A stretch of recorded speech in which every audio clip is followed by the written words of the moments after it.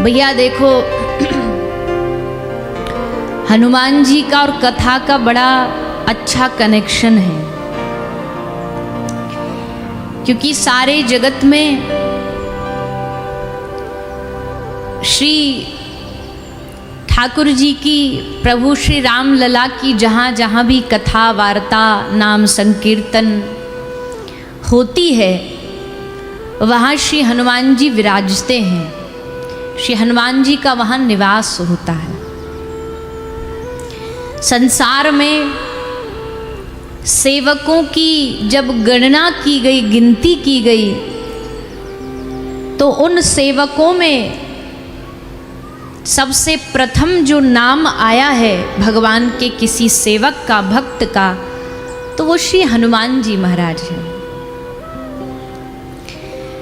किंतु ये श्रेष्ठ सेवक इसलिए नहीं माने गए कि ये कोई अपने स्वामी के चरण दबाते हुए नजर आते हों, या ये उनको जल पिलाते हुए नजर आते हों।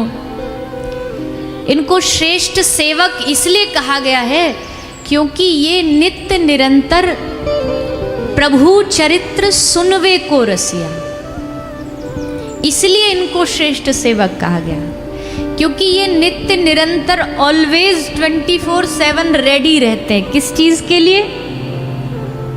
प्रभु चरित्र सुनवे को रसिया। जहाँ हमें भगवान का चरित्र सुनने का मौका मिल जाए, उसके लालच में श्री हनुमान जी महाराज वहाँ पहुँच जाते हैं, उस स्थान पर पहुँच जाते हैं। अच्छा, है तो बल निधान अतुलित बलधामम। हनुमान जी के 8 स्वरूप हैं। श्री हनुमंत लाल जी के 8 स्वरूप हैं। अतुलित बलधाम, अतुल बल के जो धाम हैं, जिनके पास इतना बल है, इतना बल है कि प्रभु श्री राम ने मंगाई इनसे एक दवाई, एक औषधि लक्ष्मण जी के लिए, एक औषधि मंगवाई, एक दवाई मंगवाई, ये पूरा की पूरा मेडिकल स्टोर उठा लाए।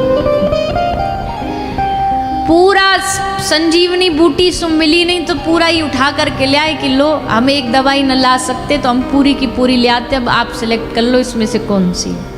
अतुलित बलधाम हेम शैलाभ देहम। जैसे सोने के पर्वत होता ना सुमेरु, उसमें जो चमक होती है वो श्री हनुमंत लाल जी की देह में वो स्वर्ण कांति की चमक है। और सुनो, हम ये हनुमान जी के जो 8 स्वरूप बता रहे हैं ना, ये 8 की 8 स्वरूप उन वाले हनुमान जी के हैं जो एकदम धीर गंभीर शांत मुद्रा में बैठे बैठे राम जी का भजन कर रहे हैं, उनका चिंतन कर रहे हैं। ये उन वाले हनुमान जी का, ये एंग्री हनुमान नहीं है। आजकल एक नई हनुमान जी की परंपरा चल गई है, एंग्री हनुमान। क्रोध में एकदम लाल पीले होते रहते हैं। हम तो कई बार कहते हैं हमको समझ ही नहीं आता, ये हमारे देवता बड़े सीधे सरल भजनानंदी भजन करते रहते थे, आजकल ये जिम कैसे जाने लगे? क्यों? क्योंकि अब 6 पैक्स वाले हनुमान जी आ गए, वो ऐसे डोले वाले महादेव जी आ गए, वो जैसे कोई भैया ये भी रोज जिम जाते हो। हमारे शास्त्रों में ऐसा वर्णन नहीं है। हमारे शास्त्रों में हमारे देवों का जो स्वरूप है वो थोड़ा अलग है। पर कई बार नया नया बनाने के चक्कर में आदमी, ठाकुर जी को भी कई बार नहीं हम देखते एकदम कार्टून जैसा बना देते हैं, फैशनेबल बनाने के चक्कर में, मॉडर्न बनाने के चक्कर में। तो श्री हनुमंत लाल जी हेम शैलाभ देहम दनुजवन कृशानम, दैत्य रूपी वन में श्री हनुमंत लाल जी अग्नि के स्वरूप में है। जैसे अग्नि पूरे जंगल को जला के भस्म कर देती है, वैसे श्री हनुमंत लाल जी समस्त दैत्यों का एक पल में, एक क्षण में नाश कर देते हैं। और सबसे सुंदर, ज्ञानी नाम अग्रगण्य।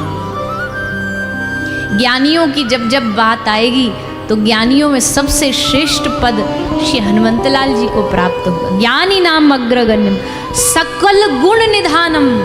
भैया किसी में तो 1 गुण होता है, किसी में 5 गुण होते हैं, ज़्यादा से ज़्यादा 10-15 गुण, पर ये सब गुणों के निधान हैं। हनुमान जी जैसा सेवक नहीं, हनुमान जी जैसा पुत्र नहीं, हनुमान जी जैसा स्वामी नहीं। इसलिए सकल गुण निधानम वानराणाम धीशम, वानरों के स्वामी, बंदरों के स्वामी, वानरों के सबके स्वामी है।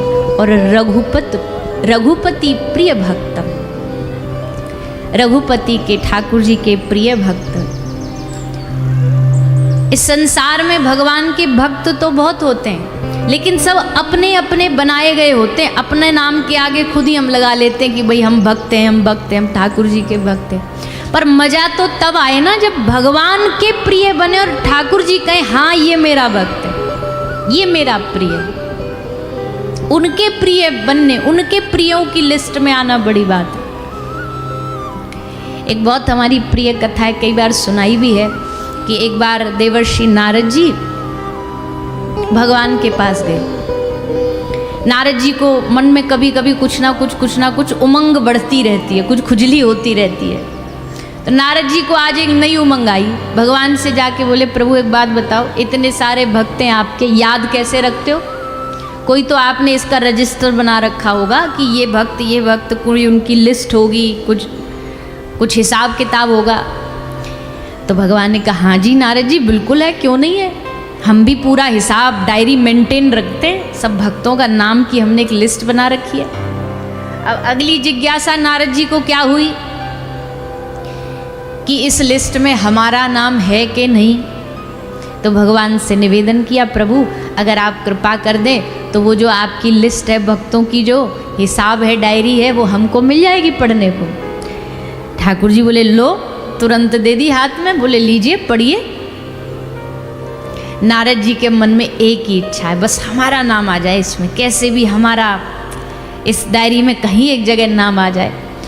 पर जैसे ही नारद जी ने डायरी खोली, पहले पन्ने पे पहली रो में सबसे टॉप पर नाम लिखा था देवर्षि नारद।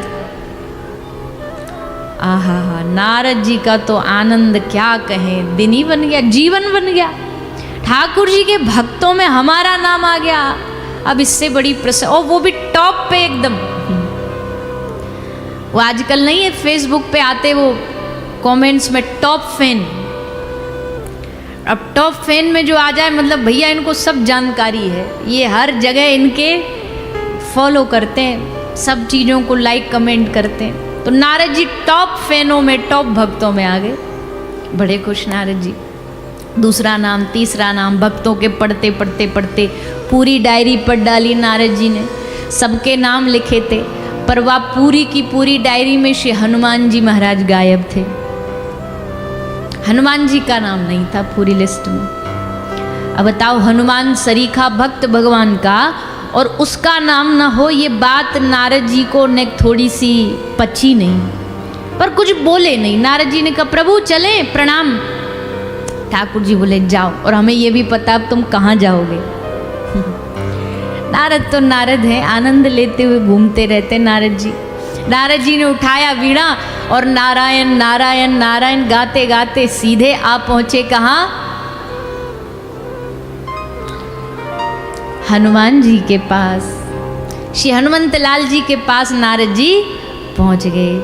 हनुमान जी ने कहा आइए आइए देवर्षि, बड़े दिनों बाद आए, कैसे याद किया? बोले ना हमारा तो एकदम ना दिल टूट गया। बोले हुआ क्या? बोले नहीं नहीं नहीं, आज तो हमको ना भोजन अच्छा लग रहा, ना पानी अच्छा लग रहा, कुछ बढ़िया नहीं लग रहा। अरे पर हुआ क्या? बोले देखो हनुमान जी, आप अपने आप को संभाल के रखना, कोई बात नहीं, झटका तो आपको लगेगा, धक्का तो आपको लगेगा, पर कोई नहीं, हम हैं, संभाल लेंगे पीछे से। हनुमान जी बोले कहो तो। बोले ऐसे ऐसे आज हम भगवान के पास गए थे, हमने उनसे भक्तों की लिस्ट मांगी, उनने डायरी दे दी, डायरी में हमारा नाम तो सबसे ऊपर लिखा था। पर हनुमान जी बड़े दुख के साथ ये सूचित किया जाता है कि उस लिस्ट में, डायरी में कहीं आपका नाम। बड़ा दुख लगा हमें देख करके, हमको तो एकदम आंख में आंसू आ गए, रोना आ गया। हनुमान जी समझ गए। हनुमान जी ने कहा अच्छा पढ़ ली आपने डायरी? बोले हाँ पढ़ ली। हनुमान जी बोले एक ही पड़ी कि दूसरी वाली भी पड़ी थी? नारद जी बोले मतलब दूसरी वाली भी है? बोले अब भगवान ने आपको दूसरी वाली नहीं दिखाई, हम तो दोनों पढ़ के आए थे। नारद जी बोले अच्छा दूसरी भी है, चलो कोई बात नहीं, कभी मौका मिले। अच्छा हनुमान जी हम चलते हैं। हनुमान जी बोले ठीक है जाओ, हमें पता अब आप कहाँ जाओगे। तो श्री नारद जी ले वीणा नारायण नारायण नारायण गाते गाते अब फिर यू टर्न मार के आए वैकुंठ में। वैकुंठपति श्री प्रभु के चरणों में प्रणाम किया। बोले प्रभु हमने सुना 2 डायरियां आपके पास, आपने हमको एक ही दिखाई। ठाकुर जी बोले ना आपने हमसे दूसरी मांगी नहीं, हमने दिखाई नहीं, आप मांग लेते तो दिखा देते, अब मांग रहे हो लो देख लो। तो ठाकुर जी ने वो दूसरी बाली भी उठा करके नारद जी को पकड़ाई और नारद जी ने उसको पकड़ के जैसे खोल के पढ़ा तो उस पर पहले नंबर पर नाम लिखा था श्री हनुमान जी महाराज। पहला नाम श्री हनुमान जी का लिखा था। तो भगवान नारद जी ने पूछा कि प्रभु ये अलग अलग क्यों बनाई है आपने? 2 लिस्ट 2 डायरी अलग काहे को बनाई है? इसी में लिख देते सब भक्तों का नाम, और 2 बनाई है तो इसका मतलब जरूर दोनों भक्तों में कोई अंतर है। तो ठाकुर जी ने भगवान ने मुस्कुरा के कहा हाँ नारद जी एकदम सही कहा आपने, दोनों में अंतर है। पहली वाली डायरी में उन भक्तों का नाम हमने लिखा है जो मुझे याद करते हैं, और दूसरी वाली में उन भक्तों का नाम लिखा है जिनको हमेशा मैं याद करता हूँ। हनुमान जी वो भक्तों की गिनती में आते जिनको ठाकुर जी स्मरण करते हैं, जिनको भगवान याद करते हैं। इसलिए रघुपति प्रिय भक्तम, भगवान के प्रिय भक्तों में श्री हनुमंत लाल जी आते। वात जातम नमामि। कैसे भक्त हैं? गोस्वामी जी लिखते हैं प्लस सुमेरी पवन सुत पावन नाम, सुमेरी पवन सुत पावन नाम, सुमेरी पवन सुत पावन नाम, सुमेरी पवन सुत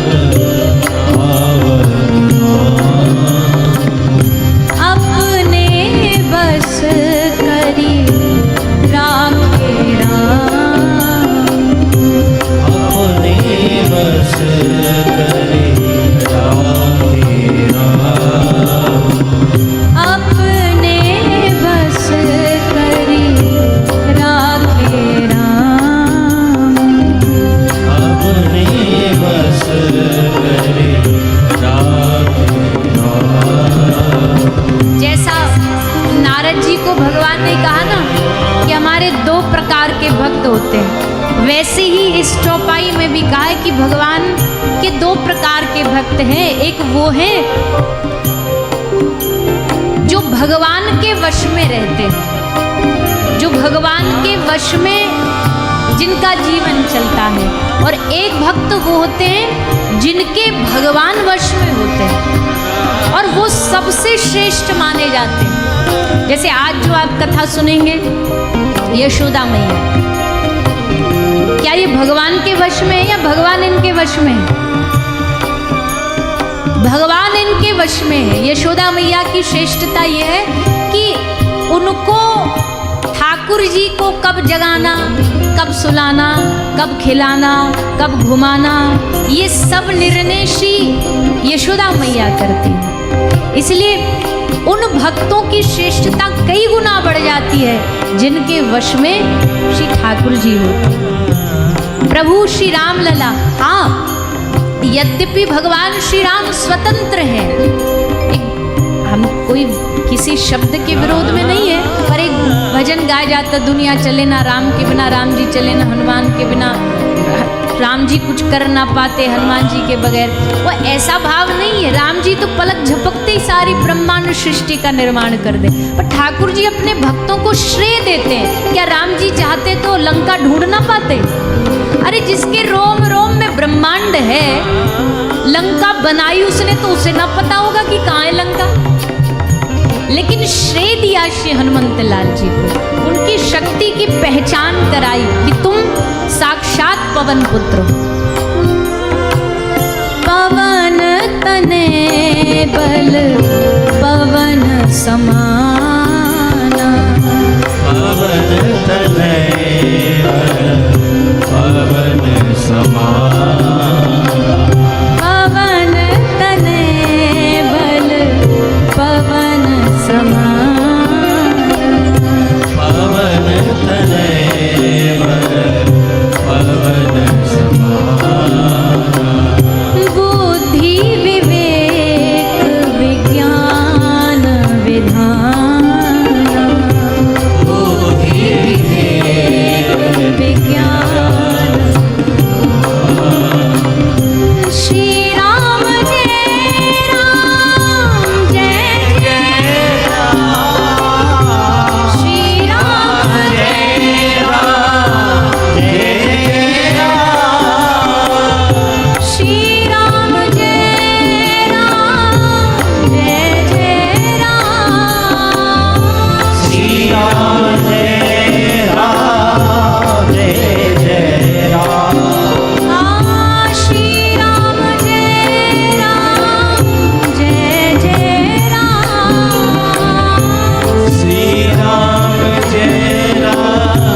जय जय राम, श्री राम जय राम जय श्री राम जय राम जय जय राम, श्री राम जय राम जय राम, श्री राम जय राम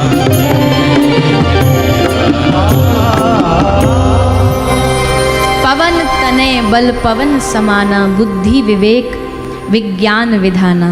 एक पुंजिक स्थला नाम की एक अप्सरा थी और वो एक ऋषि का उपहास उन्होंने किया, जिसके श्रापवश वो अगले जन्म में जाके एक कुंजर वानर की कन्या बनी अंजना नाम से। और उनके घर श्री पवन देव ने, कहीं कहीं गौतम ऋषि की पुत्री भी उनको कहा जाता है, अलग अलग भावानुसार। तो पवन देव ने एक बार उनके रूप पर आकर्षित होकर, मोहित होकर के उनका संकल्प मात्र से स्पर्श किया और फिर कहा कि हमारे संकल्प से आपके घर एक हमारे बल समान, वायु के वेग के समान तेज एक पुत्र की प्राप्ति होगी। और तब श्री हनुमंत लाल जी का प्रागट्य हुआ। अच्छा, कई सारी एक पद्म रामायण है, उसमें लिखा है हनुमान जी मिले बाद में, जब सुग्रीव के पास पहुँचे, वो तो सब जानते ही हैं, पर बचपन में बाल्यकाल में भी राम जी से उनका मिलन हुआ। पद्म रामायण में लिखा है, नील सरोरुहु श्री राम लला। एक दिन उनके महल में एक मदारी आया बंदर को लेकर के, तो उस मदारी के हाथ में बंदर को देख कर के, वैसे तो रामलला बड़े धीर गंभीर हैं, ज़्यादा जिद विद करते नहीं, जिद करने का पूरा जो रस है वो उन्होंने अगले अवतार में पूरा कर लिया, कृष्ण अवतार में आके। पर रामलला पहली बार उस बानर को देख कर के बड़े हट करने लग गए। कौशल्या मैया के सामने बड़े रोए कि हमको तो मचल उठे, हम तो वानर लेंगे, वानर लेंगे। बोले ठीक है, मंगवा देते। आसपास के क्षेत्रों से वानर मंगवाए गए, एक आया, दो आया, 10 आए, कोई पसंद नहीं आया। रामलला बोल हमको नहीं भा रहा, हमको जो चाहिए वो वाला नहीं आ रहा। तो फिर लिखा है कि वशिष्ठ जी को बुलाया गया। श्री वशिष्ठ गुरुदेव पधारे, उनने देखा कि रामलला को जो वानर चाहिए वो हम जानते हैं। उन्होंने आवाहन किया और तब श्री बाल रूप में सुमंत महाराज को भेजा गया और श्री सुमंत जी बाल रूप में हनुमान जी को वानर रूप में लेकर के आए। जैसे देखा हनुमान जी ने कहा हाँ इसी का इंतजार था, यही चाहिए हमें। तो पूरे बाल्यकाल से लेकर के जब तक विश्वामित्र जी ना लेके गए तब तक हनुमान जी वहीं रहे वानर रूप में और राम जी को खूब रिझाते थे। रोज नाटक कर करके, कूद के, फांद करके रोज रिझाते थे। जब विश्वामित्र जी के साथ प्रभु जाने लगे अयोध्या छोड़ के, तब उनको आदेश दिया गया कि अब आप जाइए, अब हमारा मिलन सुग्रीव की उस किष्किंधा में होगा। तो ऐसे बाल्यकाल में श्री रामलला को हनुमान जी ने खूब प्रसन्न किया। और ऐसा परम भक्त कौन हो सकता है भैया। कहते हैं कि जब समुद्र मंथन हुआ तो क्षीर सागर में बहुमूल्य रत्न निकले, तो उन रत्नों की देवताओं ने एक माला बनाई और बड़ी बेशकीमती रत्नों की वो माला थी। और जब श्री प्रभु राम ने रावण ने देवताओं को हरा करके सारा उनका स्वर्ग का धन धान्य ले लिया, तो वो माला भी संग में आ गई। लेकिन जब रावण मरा तो विभीषण जी राज्य पर बैठे, अब वो लंका के अधिपति हो गए। फिर एक दिन सूचना आई कि प्रभु श्री राम का राज्य तिलक हो रहा है, राम राज्य हो रहा है। सब दूर दूर से आने लगे, कुछ ना कुछ उपहार लेके, भेंट लेके। विभीषण महाराज वही माला लेकर के आए भेंट में ऐसी बहुकीमती माला किसी ने भेंट में ना दी। विभीषण जी भी ने थोड़े अपने गर्व में थे कि हमसे ज़्यादा कीमती किसी ने उपहार दिया ना होगा। जाके प्रभु के चरणों में रख दी। अब प्रभु को क्या मोती क्या रत्न, अब भगवान सोच रहे हैं कि ये माला हम किसी, ये जो इतने खड़े हैं हमारे सेवक, इनमें से किसी को उपहार में दे दें। किसको दें? अब लाइन लगी थी, सब लाइन में लगे, खड़े खड़े मन मन में सोच रहे अच्छा विभीषण जी ने ही भेंट दी है, पर इनके भी मन में क्या है कि अब भगवान इसको कृपा करके उपहार में हमें ही दे दे। उनके मन में भी ये कि हमें ही वापस, ये वाह वाह वाह, आपने बड़ी हमको महंगी रत्नों की माला दी, लो हम आपको खुश होके देते। विभीषण जी खड़े, सुग्रीव जी लाइन में लगे कि हमको मिलेगी, क्योंकि असल में मिलवाया तो हम ही ने था माता जानकी से। अंगद जी खड़े, अंगद जी के मन में बोले हमने ही तो शास्त्रार्थ में इस रावण को हराया था, जाके पाम गाड़ दिया तक, हिम्मत है तो हिला के दिखा, तो हमें ही माला मिलेगी। नल नील खड़े, वो सोच रहे बोले हम ना होते, हम अगर सेतु बनाते ना तो सबरा इनका ताम झाम धरा ही रह जाता। हमने पत्थर डाले, हमने सेतु बनाया, सो ये पार गए। जामवन जी महाराज सोच रहे हैं, बोले युद्ध की सबरी रणनीति तो हमने ही बनाई थी, युद्ध मंत्री तो हम ही थे, और वैसे भी सभा में सबसे बुजुर्ग हम ही हैं, तो हम ही को मिलेगी। पर राम जी सब जो लाइन लगा के बैठे थे, किसी की तरफ दृष्टि नहीं गई। हनुमान जी महाराज चरणों में बैठे, उनको कोई लेना देना नहीं, किसी को भी माला दे न दे, उनका तो बस ध्यान नजर बस चरणों पर ही है। बस वही सबसे पास हनुमान जी दिखाई दिए, सोई राम जी ने गले में से माला उतार करके श्री हनुमान जी के गले में डाली। अच्छा, हनुमान जी के गले में डाली तो विभीषण जी को ने दिल में, अरे अब बताओ इस बानर को इतनी कीमती चीज दे दी। अब भैया बानर तो वैसे भी चंचल प्रजाति होती है, वृंदावन में देखा ना आपने, ये चश्मा ना छोड़े, ये पर्स ना छोड़े। तो श्री हनुमान जी महाराज को दी तो इनको बड़ी मन में ग्लानि हुई, और उस पे हनुमान जी ने एक और सुंदर काम कर दिया।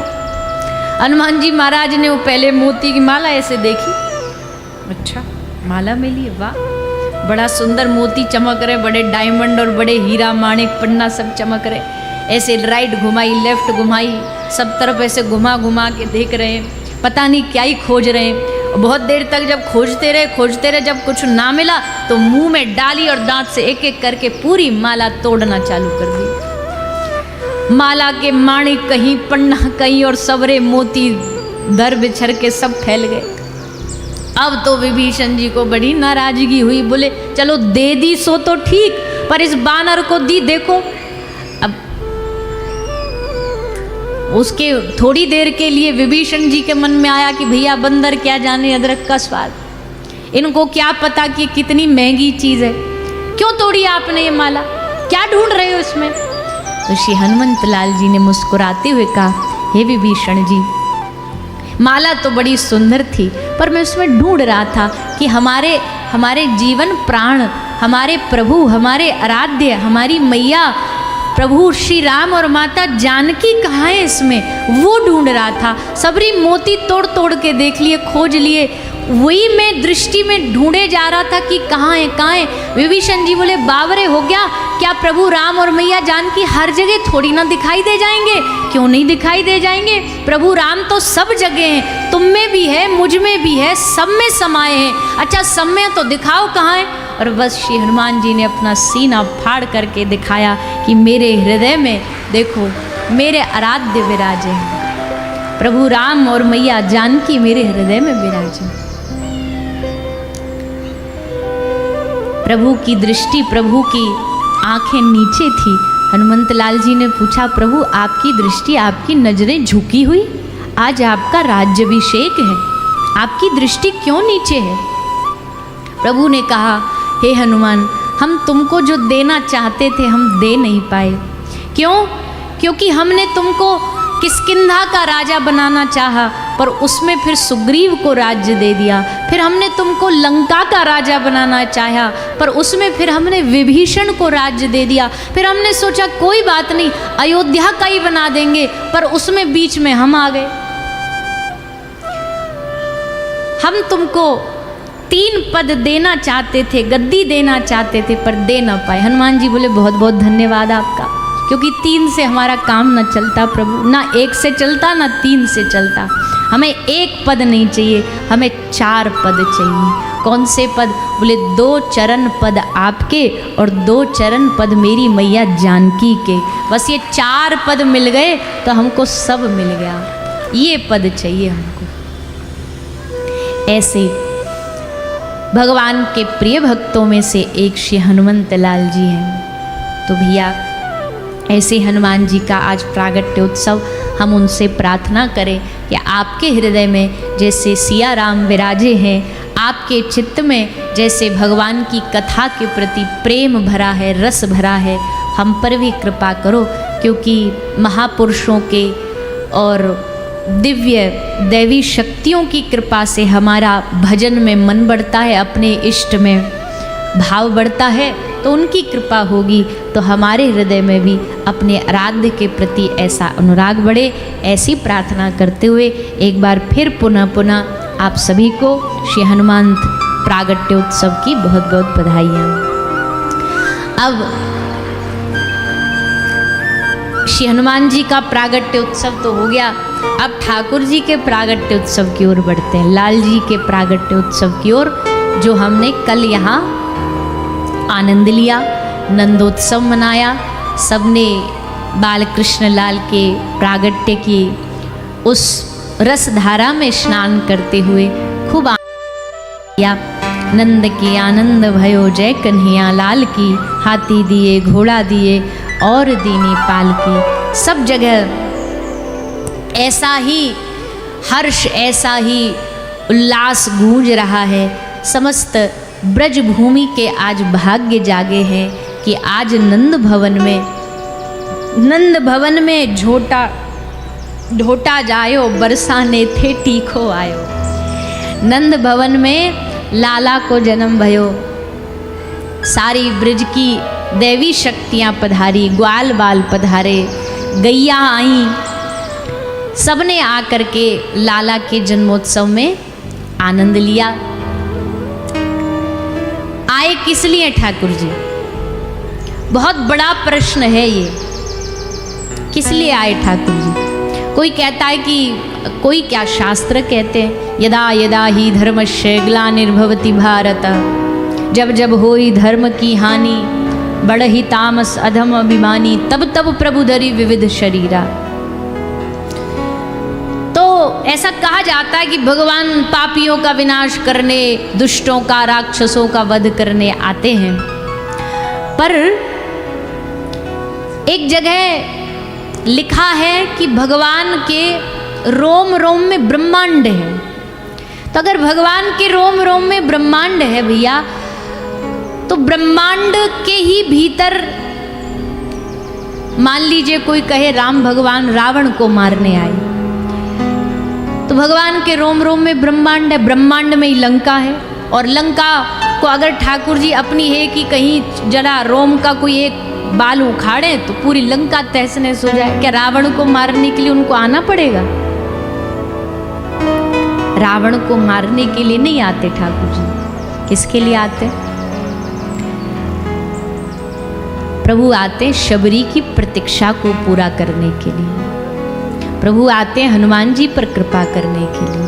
प्रभु कृष्ण आते कुब्जा पर कृपा करने के लिए, विदुर और विदुरानी पर कृपा करने के लिए। पर ये ऐसी बात है, एक सेठ जी अपने पैतृक गांव से 1000 किलोमीटर दूर कहीं रहने चले गए। हजारों किलोमीटर दूर वो अपने पैतृक गांव से रहने चले गए। अब यह 1000 किलोमीटर से आना उनके लिए पैतृक गांव में बड़ा मुश्किल हो जाता। सोचते बहुत कि जाएंगे जाएंगे, घर भी है वहाँ पे, कभी मौका मिला जाएंगे। पर फिर एक दिन उनके गांव के किसी मित्र का कार्ड आता है कि हमारी बेटी का ब्याह है और अब तो तुमको आना ही पड़ेगा। तो सेठ जी अपने मित्र की बेटी के ब्याह में आए। सोचा सब रिश्तेदारों से मिल लेंगे, गांव के पुराने यारों से मिल लेंगे। आ गए ब्याह में, बेटी के मित्र की बेटी के ब्याह में। लेकिन अब जब आए तो अचानक से याद आया, अरे हमारी जो घर जो हवेली है वो भी तो सालों से बंद पड़ी है, उसमें भी तो ताला लगाए, उसको देख चलते हैं, जाला वाला साफ कर चलते हैं, उसमें कोई गंदगी है वो सफाई करवा चलते हैं, और जब आ ही गए हैं तो ये भी कर चलते हैं। तो सेठ जी उसका जाला झाड़ू पोछा सब करवा देते। पर वो 1000 किलोमीटर से कोई झाड़ू पोछा करने थोड़ी आए थे। आए किसके लिए थे? आए तो थे मित्र की बेटी के ब्याह में। पर जब आ गए तो चलो ये सफाई भी कर चलते। वैसे ही ठाकुर जी संसार में पापी आतताइयों का विनाश करने के लिए ही नहीं आते। आते वो इसलिए हैं कि वहाँ उनके प्रिय भक्तों से मिलने के लिए। पर जब आते हैं तो ठाकुर जी सोचते हैं चलो इस संसार में जो थोड़ा बहुत जाला लग रहा है, जो पाप का, दैत्यों का, इनको भी साफ करते हुए चलते हैं, इनकी भी सफाई कर देते हैं। तो भगवान उनको भी संग में उद्धार करते हुए जाते हैं। पर उद्देश्य दैत्यों का उद्धार नहीं है, उद्देश्य भगवान का भक्तों का उद्धार। भगवान भक्तों के लिए आते हैं। और सबसे बड़ी बात, भक्तों के लिए तो बाद में, भगवान हमारे लिए आते हैं। सोचो ठाकुर जी हमारे लिए आए, प्रभु हमारे लिए आए। अगर भगवान ना आते, भगवान का धरती पर अवतार ना होता तो बताओ कल क्या गाते आप? क्या बोलिए ना, हाँ गा पाते क्या अगर ठाकुर जी ना आते तो? ये रस मिल पाता आपको? भगवान की लीला सुनने का रस मिल पाता आपको? आज भगवान की ये लीला है, आज भगवान की गिरिराज धरण लीला है, अब भगवान की विवाह लीला है, ये सब कैसे रस ले पाते? इसलिए ठाकुर जी आए, हमारे लिए आए, हमारे लीला रस को बढ़ाने के लिए आए। ऐसा मन में सोचना चाहिए, मेरे लिए आए। अच्छा वैसे तो दुनिया में स्वार्थ बुरा है, पर भक्ति में स्वार्थ अच्छा है। वैसे दुनिया में मेरा मेरा बुरा है, पर भक्ति में मेरा मेरा बढ़िया है। भक्ति में ये नहीं चलेगा ठाकुर जी सबके हैं, बोले सबके होंगे होंगे, पर पहले मेरे हैं, पहले हमारे हैं, पहला रिश्ता हमारा है। होंगे सबके, हम थोड़ी न मना कर रहे, पर पहला रिश्ता हमारा है, पहला संबंध हमारा। ब्रज में ठाकुर जी के आने से एक अद्भुत आनंद की वर्षा बहने लग गई, एक अद्भुत रस बहने लग गया। सब लोगों के हृदय में ठाकुर जी के मिलन की, उनके दर्शन की ऐसी आशा जागी कि सारी ब्रज गोपांगनाएं अपने अपने गृह का त्याग करके ठाकुर जी के दर्शन की आशा लेकर के नंद भवन पहुँचे। गा रही हैं, नाच रही हैं, दूध दही एक दूसरे पर उड़ेल रहे हैं। सारे ब्रज के लोग उत्सव मना रहे हैं। छोटे छोटे ग्वाल बाल बढ़िया बढ़िया कुर्ता धोती पहन के, कपड़ा पहन के, पाग बांध के, इत्र लगा के सब लाला के उत्सव में आ रहे हैं। ठाकुर जी को गोपियाँ पलना में झूलता हुआ देखती हैं। और जैसे ही पहला मिलन हुआ, गोपी ने प्रथम बार ठाकुर जी को देखा, बस ठाकुर जी ने वहीं से सबका चित्त चुराना चालू कर दिया। आते ही भगवान ने चोरी शुरू कर दी। काय की चोरी? माखन की तो अभी बाद में करेंगे, अभी बड़े तो हो जान दो, अभी तो वह आए ही आए हैं। आते ही चोरी शुरू कर दी। किसकी चोरी? चित्त की चोरी, मन को चुराना। ये भी तो चोरी मानी जाती है, और इससे बड़ी चोरी क्या हो सकती है? भैया काई को मनी ना रहेवा के ढोरे, मनी चलो जाए तो वो तो बेचारो ना घर को ना घाट को, आगे वाली लाइन हम बोलेंगे नहीं, ना घर को ना घाट को, जब मनी नहीं रहे हो तो अब कहाँ जाए। तो वैसे ही ये ब्रज की गोपियाँ जो हैं, इनको आते ही ठाकुर जी ने अपनों बना लियो। और फिर ब्रज की गोपी क्या गाती? आओ सब भाव से गाते हुए गोकुल चले, गोकुल की यात्रा आरंभ करें, सब आनंद लेते भय गाते हुए। सब कहिए, गोपी कह रही है, बन गई बन गई बन गई बिहारी जी में, बन गई तिहारी जी।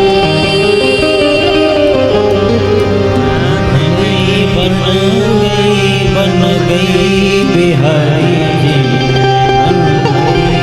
तुम्हारी। बट ठाकुर जी को देखो, और देखते ही सखी ठाकुर जी की है गई, उनकी बन गई।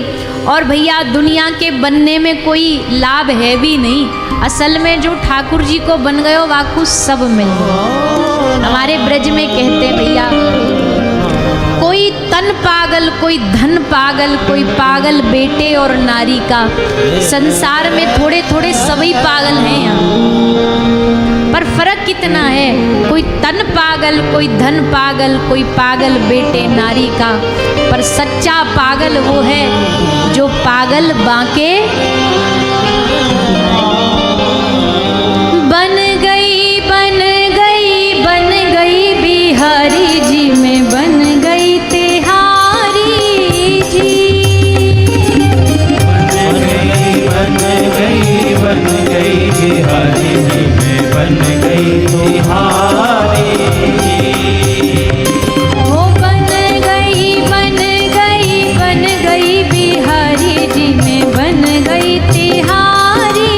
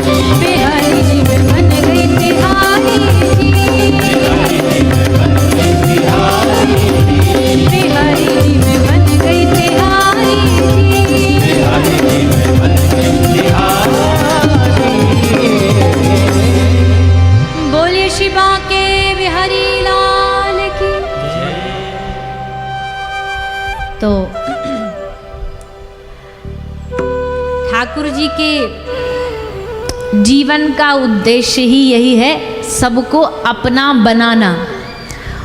और जब कोई कह दे ना ठाकुर जी हम आपके बन गए, हम आपके हो गए, तो ठाकुर जी बड़े प्रसन्न होते हैं। कि एक भजन की लाइन भी है ना, दुनिया का बनकर देख लिया, कान्हा का बनकर देख जरा, श्यामा का बनकर देख जरा। तो जब उनके बन जाते हैं हम, तो ठाकुर जी बड़े प्रसन्न होते हैं। तो आज ब्रज की गोपियों को ठाकुर जी ने अपने नैनों की दृष्टि से, नैनों की कोर से अपना बनाया। गोपियाँ उनकी बन गई, ग्वाला उनके बन गए, यशोदा मैया उनकी बन गई। अब तो ब्रज में भैया कृष्ण चर्चा के अलावा कोई चर्चा ही नहीं होती। हर जगह बस कृष्ण चर्चा, हर जगह कृष्ण की याद, कृष्ण की बातें।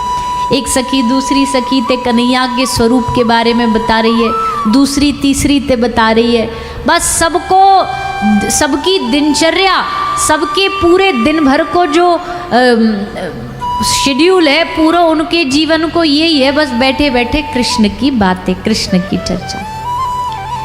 लाल जी का प्रागट्य हुआ, छठी पूजा करी गई, छठी पूजन भयो छठी करा में। सो यही मारे जगह को नाम पड़ गयो छठी करा, क्योंकि ठाकुर जी की छठी पूजी गई। सबरे ब्रज के नाम जितने भी पढ़े ना, सब ठाकुर जी की लीलान पे ही पढ़े हैं। जितने भी ब्रज के गांव हैं वो सब ठाकुर जी की लीलान पे नाम है सबके। कोसी, ये आप जब जाओगे इधर से आपको मिलेगा कोसी। वहाँ ठाकुर जी, एक तो नंद बाबा का कोष स्थल था वो, इसलिए उसको कोसवन कहते। कोसवन से फिर धीरे धीरे कोसी हो गया। एक ब्रज में गांव पड़ता है खायरा, वो खायरा या हमारे नाम पढ़ो। वहाँ बकासुर नामक दैत्य आके लाला को मोहड़ो खोल के ठाकुर जी को खा रहे हो, तो सबरे ब्रजवासी बोले अरे खाएगो खाएगो खाएगो, लाला को खाएगो खाएगो। तो खाए गयो तो ही नाम खायरा पड़ गयो। हमारे गांव को नाम, जहाँ हमारो जन्म भयो वहाँ को नाम है खाम्बी। खाम्बी नाम काय को पढ़ो, वहाँ खम्बा है, खम्बाते खामी पढ़ो। खम्बाते पहले खम्बवन पढ़ो, फिर वो देहाती भाषा में ब्रज वाले धीरे धीरे नाम ने मिल के वहाँ खम्बा गाड़ो कि यहाँ तक ही हमारो ब्रज है, ये ब्रज की बाउंड्री है, एंडिंग पॉइंट है, याते आगे ब्रज नहीं है। हमारे गांव ते 100, 200, 300 मीटर भी आगे जाओगे तो ब्रज खत्म है, वो ब्रज को लास्ट गांव है। तो खम्बा आज भी है वहाँ पर। सब जो दो ब्रज की दो परिक्रमा होती है, एक अंदर की 84 कोस की और एक बड़ी वाली परिक्रमा होती है। तो जो बड़ी वाली होती है वह परिक्रमा में हमारा वो गांव पड़ता है और वहाँ सब खम्बे का दर्शन करते हैं। तो ऐसे ही ब्रज के सब जितने भी गांव हैं सब ठाकुर जी की लीलान पे पड़े हैं। और हम तो एक बात कहते भैया देखो, ब्रज की हर चीज़ आपको कन्हैया की याद दिलाएगी, भगवान के होने की स्मृति दिलाएगी। अब आपके नोएडा में आ जाएं हम, तो नोएडा में किसकी याद दिलाएगी? ये कौन सी जगह है, ये कौन सा मॉल है, यहाँ की चीज़ें क्या याद दिलाएंगी? बोले फलाना मॉल है, ये शॉपिंग सेंटर है, ये रेस्टोरेंट है। ये सब चीज़ें संसार की याद दिलाती हैं। पर आप हमारे ब्रज में आ जाओ, वृंदावन में आ जाओ, तो वहाँ की सारी चीज़ें किन की याद दिलाएंगी? अजी और तो और माँ ठेला चाट भी आपको भगवान की याद दिलाएगी, क्योंकि चाट वाले का नाम होगा श्री जी चाट भंडार। ठेला वाले के नाम पे भी, ठेला पे भी श्री जी कोई नाम लिखा होगा। और कई बार देखते बड़ी हंसी आती है। एक बरसाने में एंट्री करते तो वहाँ लाडली पेट्रोल पंप अब पेट्रोल पंप में भी घुसो तो लाडली जी याद आ जाए। और जब वो फिर हवा भरने वाला सब जगह सब चीज़ों का नाम, अस्पताल का, दुकान का, धर्मशालाओं का, मकान का,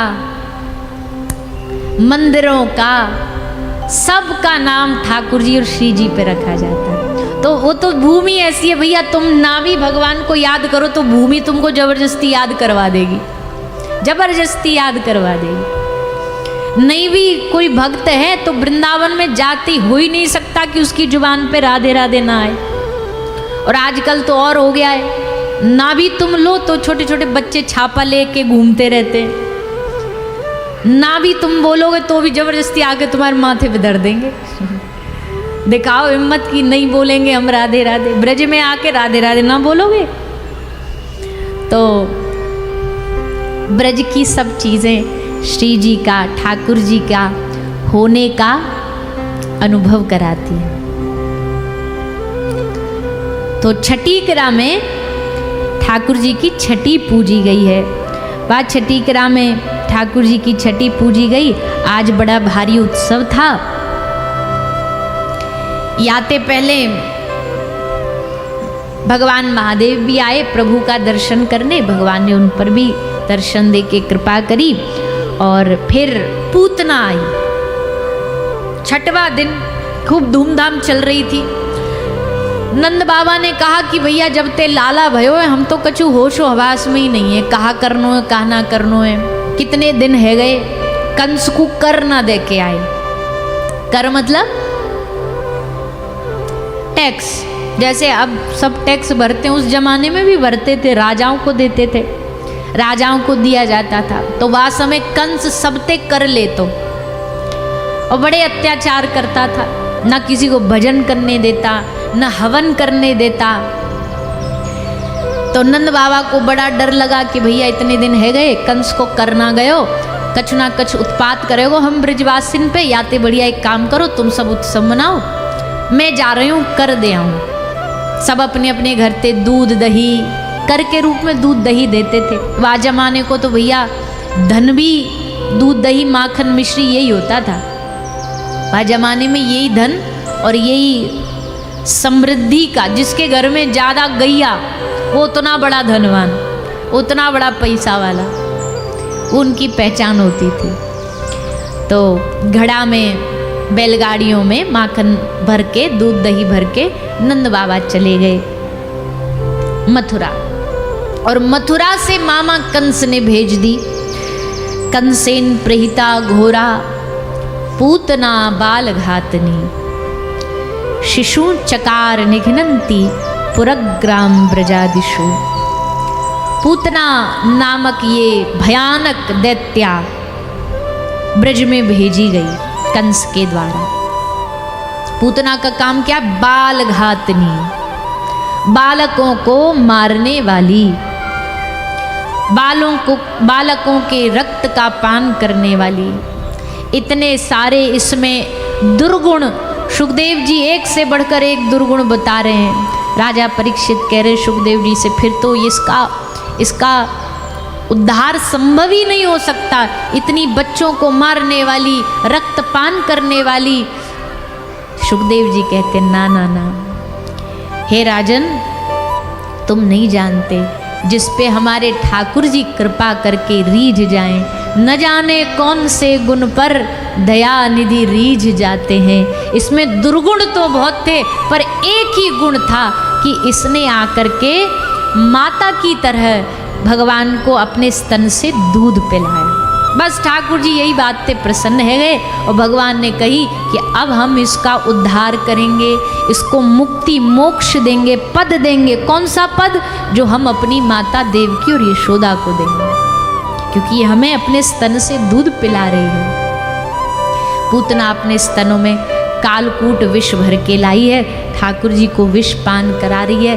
ठाकुर जी विष पान करते गए। पूतना जब तक सहन कर सकती थी सही, फिर जब सहन करना भारी पड़ गया तो लाला को लेकर के आकाश में उड़ी। भगवान ने उसका उद्धार किया और पूतना नामक इस दैत्या पर ठाकुर जी की कृपा भई। फिर एक तृणावृत नामक दैत्य पर कृपा हुई, सक्तासुर नामक दैत्य पर कृपा करी ठाकुर जी ने। इन सबको अपना आशीर्वाद देते हुए, देखो कोई कहे भगवान ने पूतना को मार दिया, मारा भगवान ने, पर रसिक संत कहते भैया मारना, काटना, पीटना ये सब संसार वालों का काम है। ठाकुर जी का नहीं है। तो बोले मारा नहीं क्या पूतना को भगवान ने? बोले मारा तो, पर उसे मारना नहीं कहते। भगवान के हाथों से जो मरे उसको मरना नहीं, उसको तरना कहते हैं। भगवान ने मारा नहीं, भगवान ने तारा पूतना को, तार दिया, उद्धार कर दिया। पूतना का उद्धार हुआ और दैत्यों का भी उद्धार हुआ। श्री लाल जी का गर्गाचार्य जी के द्वारा नामकरण हुआ, खूब सारे नाम रखे गए। और फिर ठाकुर जी धीरे धीरे, यशोदा मैया ने लाला के पामन में चरणन में पैजनियाँ बांध दी ताकि या की छम छम की आवाज़ को सुन के लाला ने चलवे लग जाए। तो ठाकुर जी ने चलवे लग गए, नेक ने घुटमन घुटमन चलने लग गए अब घुटना के बल। और घुटना के बल चलते चलते चलते एक दिन ठाकुर जी की देरी, पहले के ज़माने में दरवाजे पे नीचे देरी होती थी और वो देरी भी ने थोड़ी हाइट उसकी बड़ी ऊंची होती थी। तो वह देहरी कूट लाल जी पार करने के लिए घुटमन घुटमन चलते आए और वह देहरी पे चढ़े। जैसे देहरी पे चढ़े, अब चढ़ तो गए बेचारे, पर अब उतरना संभव नहीं है। रो अब उतर नहीं पा रहे, लटके खड़े वहाँ में बीच में, ना तो इतकू उतर पा रहे, ना उतकू उतर पा रहे, ना इधर आ पा रहे, ना उधर जा पा रहे। नारद जी देख रहे हैं, नारद जी कह रहे प्रभु हम आए मदद करने के लिए। ठाकुर जी हंस के कहते अरे नारद जी, उतरने को अगर काम हो तो उतर तो हम भी सकते, पर ये लीला तुम जैसे ज्ञानीन को नहीं है, ये लीला हमारे प्रेमीन के लिए है। जब वो देखेंगे ना, अरे देखो गोविंद आए और देहरी पे अटक गए, पार भी ना हो पा रहे, हमारी लीला देख देख के वो हम पे रीझ जाएंगे। ये उन प्रेमियों के लिए लीला है। देहरी पार, अरे हम ब्रह्मांड पार कर दें एक पाम में, पर आज देहरी ना पार कर पा रहे ठाकुर जी, ऐसी लीला बीच में अटके खड़े। और सब प्रेमी जो प्रभु के रसिक हैं वो इस लीला को देख देख के बलिहार जा रहे हैं। वाह प्रभु, ऐसी अद्भुत लीला, क्या खेल रचाया भगवान ने। भगवान को कभी भूख लग सकती है? संसार का पेट भरने वाले को कभी भूख लग सकती है? पर यशोदा मैया के ढोरे जाके सुबह सुबह ती रिमड़ जाते। रिमड़नो समझो? हाँ जी, शहर वाले लोगों रिमड़नो ब्रजभाषा है। रिमड़ने को मतलब क्या है? जब बच्चा चारों खाने चित्त पड़ जाए ना एकदम, और हाथ पाम सबरे फेंक फेंक के रोवे चिल्ला चिल्ला के, सबरो काजल मीड़ मीड़ के आँखन ते सबरे मोड़े पे लगा ले, सबरो कारो भूत बन जाए, और चाहे कछू भी दे दो माने नहीं, बस चिल्ला चिल्ला के रोवे। ऐस बाकू रिमड़नो बोले। माता पिता को फिर हथियार फेंकने पड़ जाए वहाँ के सामने। तो ऐसे ठाकुर जी रिमड़ जाते, मैया के सामने पाम फैला के जोर जोड़ते पटकते, मैया माखन दो, मैया माखन दो, मैया मोह को भूख लगी है। मैया कहती नेक इंतजार कर ले, ताजा निकालूंगी तब खा ली। जो बोले ना मैं तो बासी खाऊंगा। बड़े जिद्दी हते ठाकुर जी, बड़े जिद्द करते, पर वह जिद्द में भी रस था। बड़ी जिद्द करते, मैया मैं तो यही खाऊंगा बासी। अरे लाला तेरे पेट में अपच है जाएगी, बीमार पड़ जाएगो, तो मैया अब तू वैद्य को भले बुला लीजिए, पर अब जो भूख लग रही है बात शांत कर लन दे, तू मुझको माखन दे दे। ठाकुर जी खूब उधम मचाते, माखन खाते। मैया कहती लाला इकलौतो तू मेरो छोरा है, कितनी कितनी मन्नतन के बाद तू पैदा भयो है, कितने दर पे प्रणाम करो, साधुन की सेवा करी, तब जाके तू पैदा भयो। और जब तू हैने वारो तो हम और तेरे बाबा बैठ कर के बात करें। अगर लाला होएगो तो वाकू पढ़ाएंगे लिखाएंगे, विद्याध्ययन कराएंगे, बढ़िया गुरुकुल भेजेंगे, वेद पढ़ेगो, श्लोकन को उच्चारण करेगो। पर लाला तो देख के लग रहे हो है तो में कोई लक्षण नहीं है पढ़ने लिखने जैसे, ना कछु पढ़नों में तू मन लगावे। अरे एकाध बढ़िया कोई शास्त्र के, कोई वेदन के कछु श्लोक सीख ले, बढ़िया श्लोक बोले कर। ठाकुर जी बोले मैया हम पे तो एक ही श्लोक आवे, मैया बोली कौन सा श्लोक आवे? दध्यादीनी दध्यादीनी दध्यादीनी, मतलब मैया माखन दे माखन दे माखन दे। यही हमारा श्लोक है, यही हमारी पीएचडी है, यही में हमने पीएचडी कर रखी है। हमको ना कछु जाननो है, हमको कछु ना पढ़नो है, ना हमको कछु विद्या जाननी है। हमारा तो ब्रज में जन्म है गयो, अब गैयान के पीछे पीछे गैया चराएंगे, जीवन भर गैया चराएंगे, गैयान को माखन मिश्री खाएंगे और बस। मैया बोली ले सबरे सपने पे पानी फेर दियो। हमने सोची छोरा बड़ो है कि अफसर बनेगो, छोरा तो गोबर गणेश है। ठाकुर जी बोला हम तो ऐसे ही रहेंगे। हमारे ब्रज में एक बाबा जी कहा करते थे कि भैया ग्वारिया को छोरा तो ग्वारिया ही बनेगो, काका कलेक्टर बनेगो। अब जब जन्म ग्वारियन के घर भयो तो हम तो ग्वारिया ही बनेंगे, हम तो गैया ही चराएंगे। क्या विद्या, क्या श्लोक! ठाकुर जी की वाणी से वेद प्रकट हुए। क्या वो एक श्लोक न जानते? पर मैया के सामने कितने भोले बन जाते, मानो हम तो कुछ जानते ही नहीं मैया, हमें तो कछु पतो ही नहीं है, कहा होए करे संस्कृत हम तो जाने ही नहीं है। ऐसे सरल बन गए भैया। कृष्ण अवतार एक लाइन में, एक शब्द में समझ लो, सरलता की प्रतिमूर्ति हैं ठाकुर जी।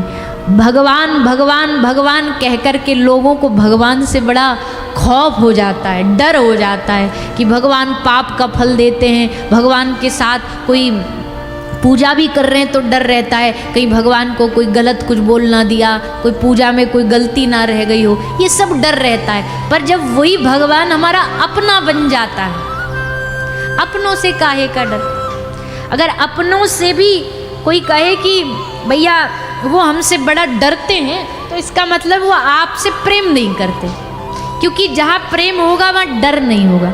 प्रेम में जब एक दूसरे को स्वतंत्रता दी जाती है, एक दूसरे को जब सम्मान दिया जाता है, तो वहाँ डर रहेगा ही नहीं। अब तक भगवान भगवान कहकर के दुनिया में खूब डर पैदा हुआ, पर फिर कृष्ण अवतार हुआ। कृष्ण अवतार ने कहा ना, डरने की आवश्यकता नहीं, मैं तुम्हारा लाला हूँ, मैं तुम्हारो सखा हूँ, मैं तुम्हारो प्रियतम हूँ, आओ मेरे गले लग जाओ, आओ मेरे कंधा पे बैठ जाओ, मैं तुमको झूला झूलाऊं। ठाकुर जी झूला झूला रहे हैं और ग्वाल वाल पीठ पे बैठ कर के चक्कर मार रहे हैं। ये कोई भगवान के साथ कर सकता है? पर ठाकुर जी सहज बने, सरल बने। सरल बनकर के ठाकुर जी ने इस ब्रज लीला का दर्शन ब्रजवासियों को कराया। भैया लीला बहुत है संसार में, पर ब्रज लीला प्रेम को देने वाली है, ब्रज लीला रस को प्रदान करने वाली है। तो ठाकुर जी ने पूतना का उद्धार किया, सबका उद्धार किया, थोड़ा थोड़ा चलना सीखे, अब बोलना सीखे। तो सबके मन में एक ही इच्छा थी, यशोदा मैया के मन में इच्छा थी लाला सबसे पहले मेरो नाम बोले। तो मैया रोज बुलवाती, प्रैक्टिस करवाती, जब तक बोलना ना सीखे ना तब तक मैया प्रैक्टिस करवाती, लाला बोल। ठाकुर जी हंसते, बोले कहा बोलूं मैया? ऐसे देखते, लाला बोल मैया, तो ऐसे हंस जाते पर कछु बोलते नहीं। तो नंद बाबा बोलते ना, मैया ना बोले गो, बाबा बोले गो, देख मैं बुलवाऊं। नंद बाबा बोले लाला बोल बाबा, फिर एक स्माइल पास कर देते, पर बोलते नहीं कुछ भी। बलराम जी बोले ना कछु ना, यू भैया बोले गो, मैया भैया ना बोले गो। तो दाऊ दादा कहते लाला बोल बोल भैया। ठाकुर जी फिर हंस जाते, कछु ना बोलते। सबरे ब्रजवासिन ने खूब जोर जान लगा ली कि लाला कछु बोल दे, लाला मैया बोल दे, भैया बोल दे, बाबा बोल दे, पर कछु ना बोलो लाला ने। और एक दिन अचानक बैठे बैठे बोल पड़े और अपने मुक्ते बोले हंसते हुए, गैया। जैसे गैया बोली, अरे यशोदा मैया ने तो सबरो ब्रज उठा दियो अपने सर पे। अरे मेरो छोरा बड़ो है गो, अरे मेरो लाला बड़ो है गो, मेरो लाला बोलने लग गयो, अब तो ये चलने लग जाएगो, या कुछ जल्दी जल्दी कोई छोरी ढूंढो, बहू ढूंढो, जल्दी ब्याह करवाऊंगी। ग्वाल बाल सखा सखियाँ बोली, अरे मैया अभी एक शब्द बोलो, अभी तू या को ब्याह को सर्टिफिकेट लेके घूमन लगी ने, बड़ो तो है जान दे। पर मैया इतने आनंद में कि मेरो लाला बड़ो है गयो। पहला शब्द ठाकुर जी ने गैया बोला, क्योंकि ठाकुर जी कौन है? वैसे तो भगवान के अनेक गुण बताए गए हैं, अनेक नाम बताए गए हैं, पर ठाकुर जी को एक नाम है गोपाल।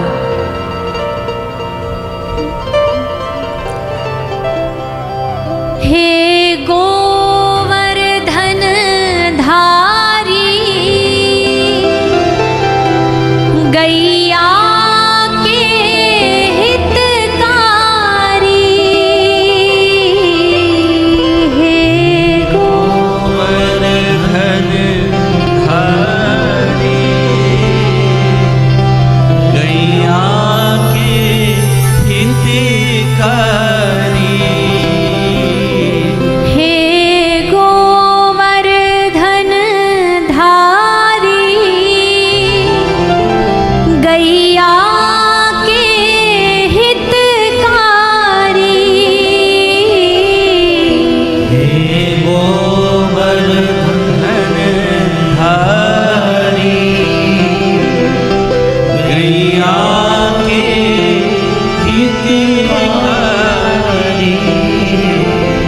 हे माधवा हे केशवा, हे माधवा हे केशवा, हे माधवा हे केशवा, हे माधवा हे केशवा, श्री बांके बिहारी लला मनमोहन मधुसूदना, श्री बांके बिहारी लला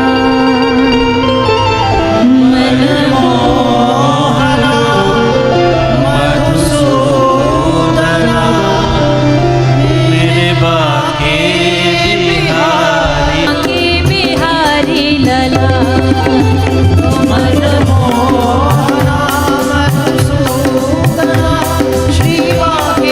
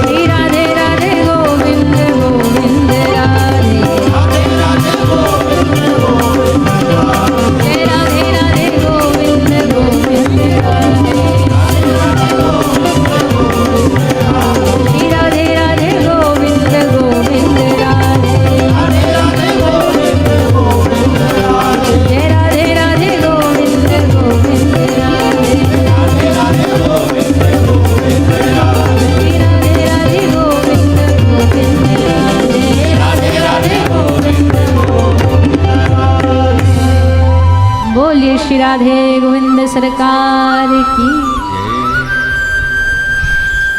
तो हे गोवर्धन धारी गैया के हितकारी, आज श्री गोवर्धन नाथ की भी कथा हम सुनेंगे। तो गोवर्धन धारी भी ठाकुर जी गैयन के हेतु गिरी कर ले उठायो। ठाकुर जी ने गौ माता के लिए गिरिराज जी को धारण करो, क्योंकि ब्रजवासी तो थोड़े थे पर गैया इतनी अधिक थी कि कितनी भी भगवान प्रयास कर लेते पर इंद्र के प्रकोप से गैयन को ना बचा पाते। तो ठाकुर जी ने एक जुगाड़ लगायो कि एक ही छत के नीचे सब गैयान की रक्षा है जाए। ऐसो करने के लिए ठाकुर जी ने 7 कोस के श्री गिरिराज जी को धारण करो और सब गैया बछड़ा ग्वाल बाल सब गिरिराज जी के नीचे आके ठाड़े है गए और ठाकुर जी ने सबकी रक्षा करी। तो भगवान को एक नाम है गोपाल, क्योंकि वो गैया के हितकारी हैं, या हमारे उनको नाम गोपाल पढ़ो। अच्छा आप सोचो, ठाकुर जी को प्रसन्न करना है और आप रोज सुबह उठ कर के ने गैयान की सेवा कर दो, गैयान को चारों खिला दो, गुड़ खिला दो, रोटी खिला दो। अच्छा कौन कौन है जो अपने घर की पहली रोटी गैयान को खिलाता रोज? चलो भगवान की कृपा में अभी इतनी मति तो हम में बाकी है, नहीं तो हमने तो सब अपने जीवन की सब चीज़न को भुला बैठे हैं। और ख़ासकर धर्म से जुड़ी भाई जितनी भी चीज़ हैं उन सबको हमने भुला दियो है। पर इतनो भी मान रहे हो, हम तो यही बात के लिए प्रणाम करें, पर थोड़ा और नेक बढ़ो और बढ़ो। अपने जीवन के कुछ अपने शुभ प्रसंगों को गैयान के साथ मनाओ, गौशाला में मनाओ, कोई अच्छी अच्छी जगह पे मनाओ। कोई विवाह है, ब्याह है, तो किसी ठीक है आप हम ये कह दें कि किसी बैंक्वेट हॉल में मत शादी करो, बढ़िया होटल में ना करो, तो आप कल से हमारी कथा ही सुनना बंद कर दोगे। तो करो, कोई दिक्कत नहीं, कोई बात नहीं। पर अगर जैसे इतनी सी हमारी बात मान लो, ब्याह के बाद सब एक रिसेप्शन रखते हैं ना, ऐसी ब्याह के बाद एक रिसेप्शन आप स्पेशल रखो। कौन के निया? गैयान के निया। स्पेशल गायों का रिसेप्शन होना चाहिए। दुनिया को बहुत खिला लिया, भरे भरायों का पेट भर रहे हो, और जिनका भर रहे हो वो कहीं नहीं आपको कोई बड़ा ब्याह में आपके आके आपके गुणगान गाएंगे सब जगह। चाहे तुम कितनी बढ़िया अरेंजमेंट्स कर लो, कितने बढ़िया कर लो, लास्ट में जाके बोल ही देंगे कि भैया नहीं, ये खराब था, वो खराब था, ये नहीं अच्छा था, वो नहीं अच्छा था।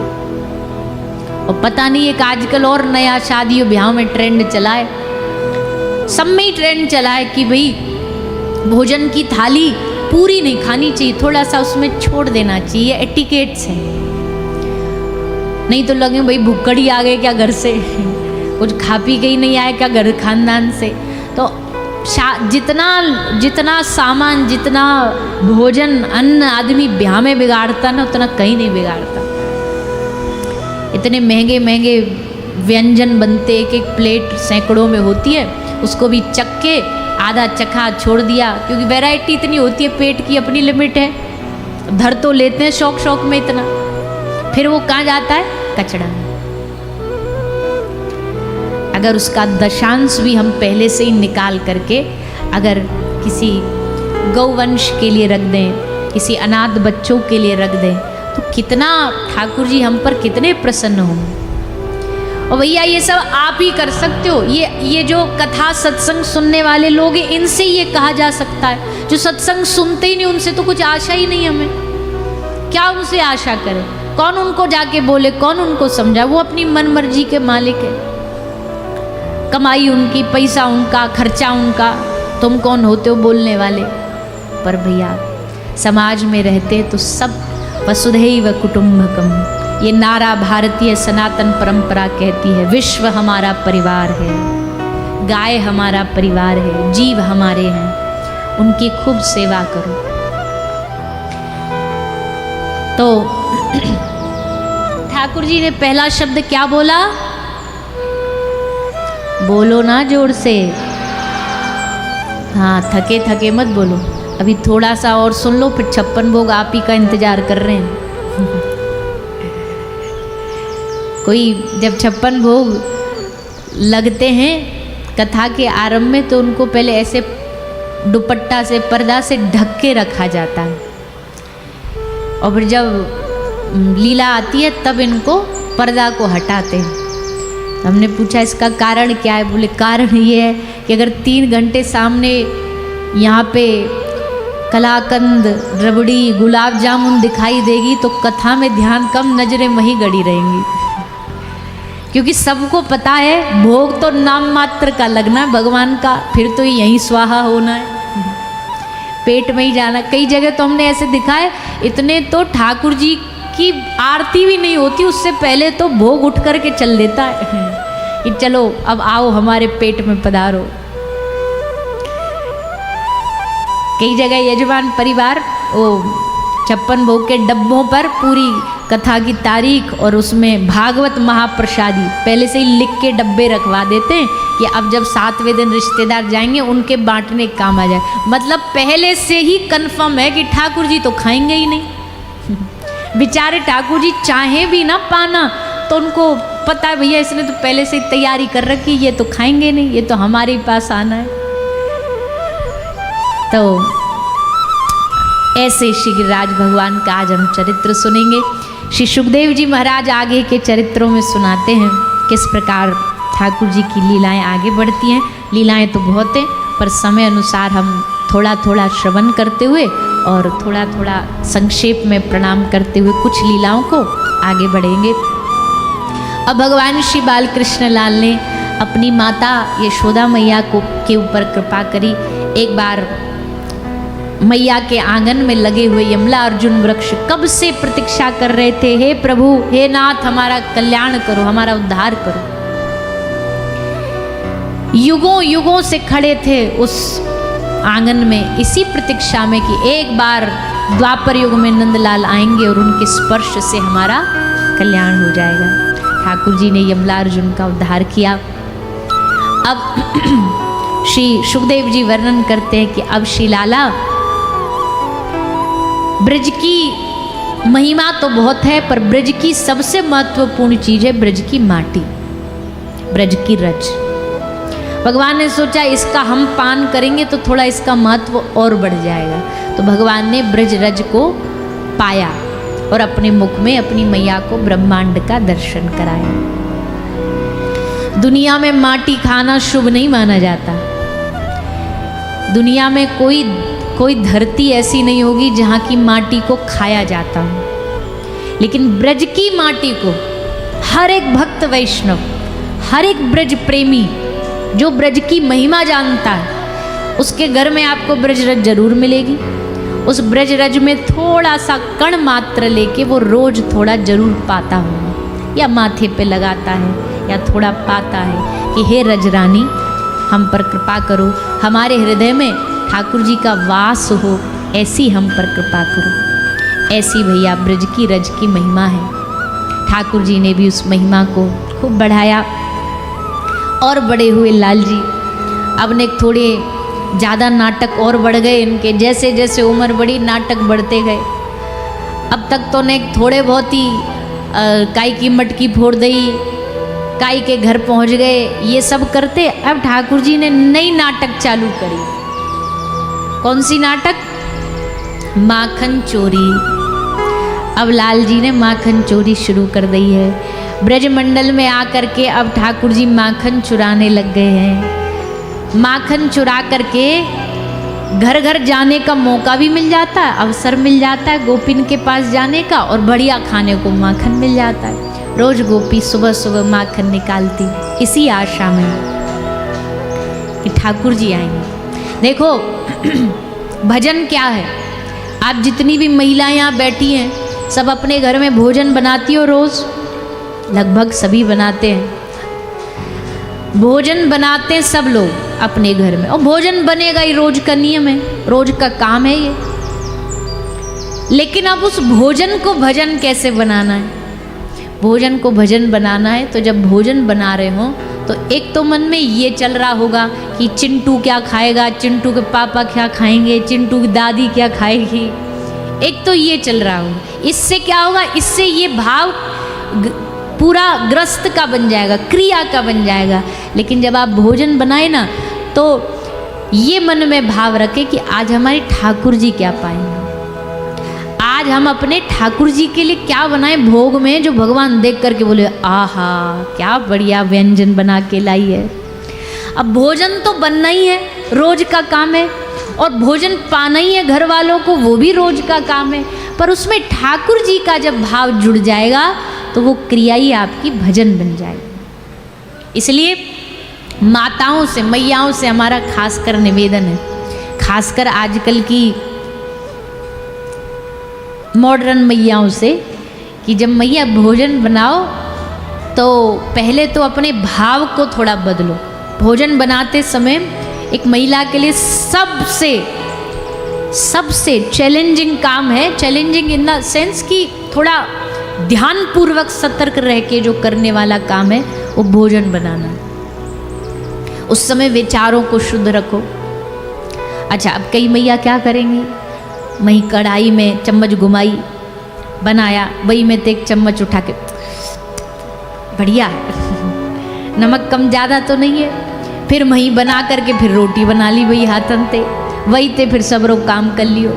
अरे ठाकुर जी को भोग लगेगो तो ठाकुर जी के यहाँ तो पहले तैयारी करो, अपनो स्वाद पहले चख लेंगे, अपनो टेस्ट पहले देख लेंगे, नमक स्वाद अनुसार।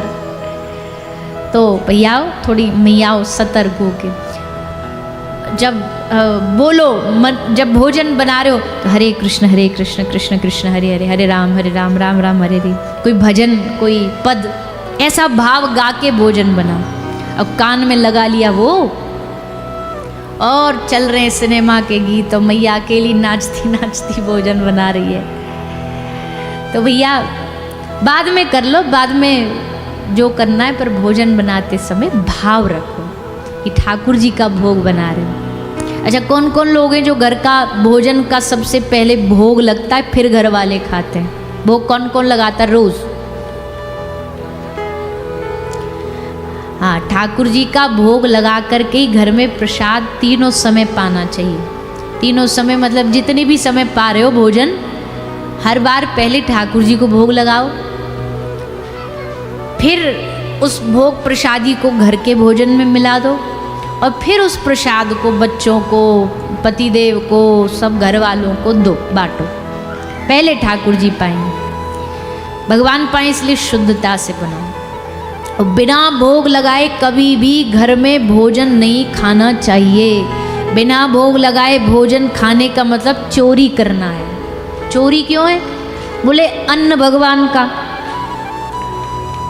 अग्नि भगवान की जिसमें भोजन बनाया, जल भगवान के द्वारा दिया गया, सब कुछ भगवान का है। तो उनका है तो पहले उनको ऑफर किया जाए ना, उनको ऑफर करके आज्ञा ली जाए, प्रभु आपकी आज्ञा अब हम पालें।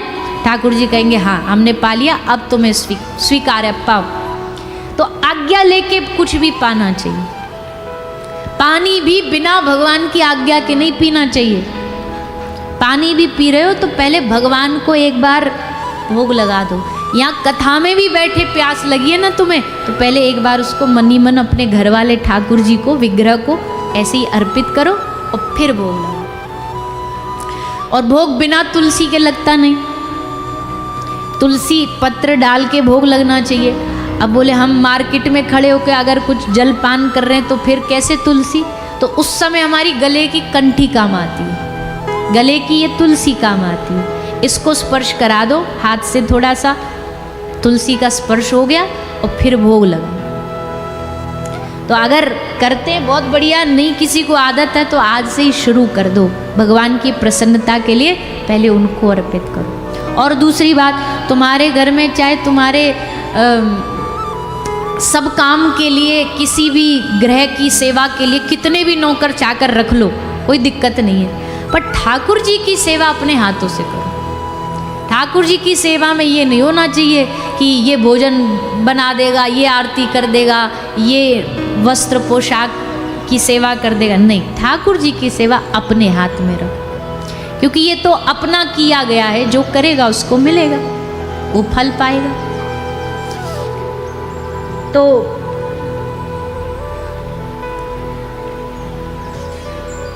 कहाँ कहाँ थे हम? कौन सा प्रसंग चल रहा था? भूल गए। ठाकुर जी ने ब्रज की माटी खाई, वहाँ से शुरू करते। ब्रज की माटी खा के ब्रजरज की महिमा को बढ़ाया। इसके बाद 5 साल की ठाकुर जी की आयु हुई, गैया चराना शुरू किया, गौचारण लीला शुरू करी और फिर भगवान वृंदावन में जाकर के निवास करने लगे। वृंदावन के पास नंदग्राम बनाया और उस नंदग्राम में ठाकुर जी ने निवास किया। गौचारण लीला में भगवान ने एक अघासुर नामक अजगर आया, भगवान ने उसका कल्याण किया। बकासुर आया, उसका कल्याण किया। धेनुकासुर आया, उसका कल्याण किया। सब दैत्यों पर कृपा करी। फिर ब्रह्मा जी का मान बढ़ गया था जरा। ब्रह्मा जी ने एक से अभिमानी हो गए थे कि हमने सृष्टि का सृजन किया, हमने बनाया।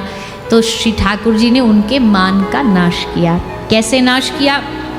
ग्वाल बालों का ब्रह्मा जी अभिमान में हरण करके ले गए। भगवान ने एक नई सृष्टि बना दी, नए ग्वाल बाल, नया सृजन, नए बछड़े अपनी स्वरूप दे करके सबको अलग सृष्टि का निर्माण किया।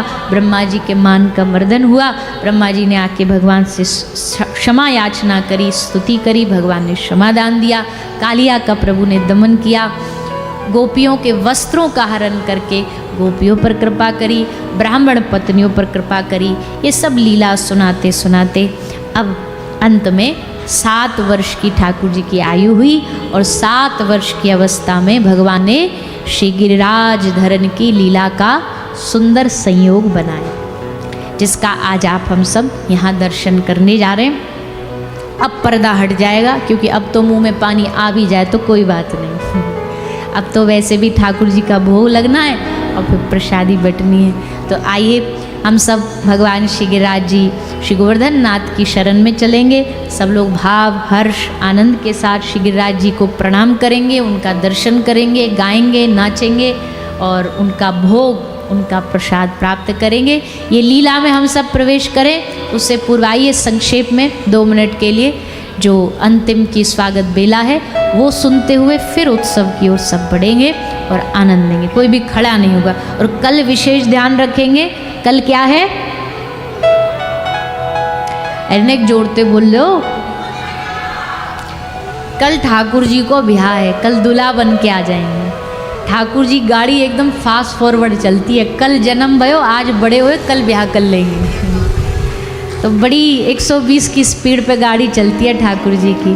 तो कल ठाकुर जी को ब्याह है। सब बढ़िया सज धज के आई हो। वैसे तो आप सज धज के आते ही हो रोज, पर कल एक्स्ट्रा सज आई हो। कल ठाकुर जी के ब्याह में सब गाएंगे, नाचेंगे, आनंद लेंगे। आइए सब संक्षेप में सूचना और उसके बाद सब श्री गिरिराज महाराज के चरणों में चलें।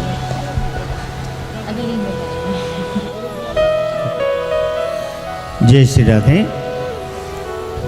हम सभी ने आज पंचम दिवस की पावन कथा का रसास्वादन कर रहे हैं और कुछ ही पलों में हम भगवान के दिव्य गिरिराज महोत्सव की ओर बढ़ेंगे। निवेदन करेंगे पहले तो माताओं बहनों से कि भीड़भाड़ बहुत हो जाती है, तो अपने कीमती आभूषण, मोबाइल, पर्स का आप विशेष ध्यान रखेंगे। गौ सेवा धाम हॉस्पिटल में जिन भक्तों ने आज के पावन दिवस में अपनी पावन सेवाएं समर्पित की, शीघ्रता से उनके नामों का उद्घोषण करेंगे और निवेदन करेंगे जो जहां पर भी बैठे हैं समय का ध्यान रखते हुए शीघ्रता से मंच पर आकर आशीर्वाद ग्रहण करेंगे। आदरणीय राजीव सिंगल जी, रजनी सिंगल जी, जो कि सेक्टर 20 से हैं, नोएडा से 7,100 रुपये की राशि एक ऑपरेशन का पावन सहयोग समर्पित कर रहे हैं। निवेदन है शीघ्र मंच पर आएँ। आदरणीय नवीन अवाना जी, करमवती जी 3100 रुपये की राशि जिन्होंने समर्पित की। आदरणीय राजकुमारी जी अग्रवाल 1100 रुपये। आदरणीय मनोज कुमार जी 5001 रुपये। आदरणीय रीना सिंह जी 1000 रुपये। आदरणीय कैलाश कांत जी 1100। आदरणीय जगदीश चंद्र जी 2100 रुपये। आदरणीय लवीक्षा जी 1100 रुपये। आदरणीय शीला देवी 1100 रुपये। विरामवती चौहान जी 1100 रुपये। आदरणीय सुनीता पांडे जी, मीना कुमार पांडे जी 1100 रुपये।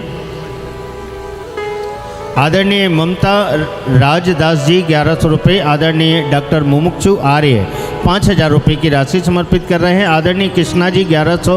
आदरणीय संगीता गोयल जी 2100। आदरणीय अंजू मग्गू जी 1100 रुपये की राशि आप समर्पित कर रहे हैं। आप सभी श्री का बहुत बहुत धन्यवाद।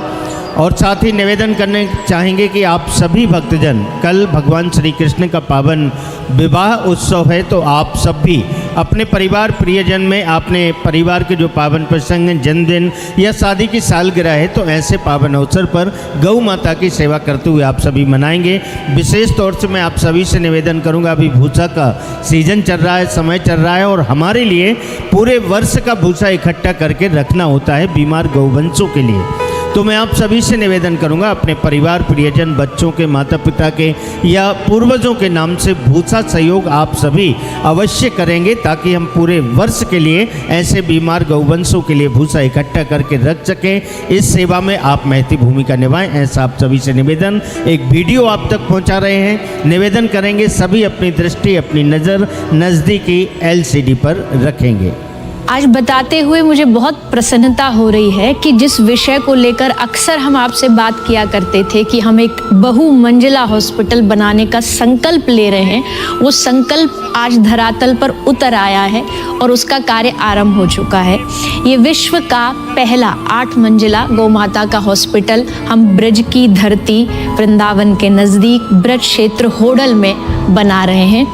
खुशी इस बात की है कि ये सपना, ये संकल्प बरसों से हमने देखा था कि हम एक ऐसा हॉस्पिटल बनाएं जहां हर सुविधा युक्त गौ माता की सेवा, अन्य जीवों की सेवा, कुत्ते, बिल्ली, सड़क पर घूम रहे जीवों का उपचार हम कर सकें। और आज उस सेवा संकल्प को हम आगे बढ़ा रहे हैं। ये 8 मंजिल का जो पीछे हॉस्पिटल बनने जा रहा है, इसका कंस्ट्रक्शन शुरू हो गया है और प्रयास है कि जितना भक्तों का सहयोग हमें मिलता जाए, बहुत जल्द हम आगामी 2-3 वर्षों का संकल्प लेकर के चल रहे हैं।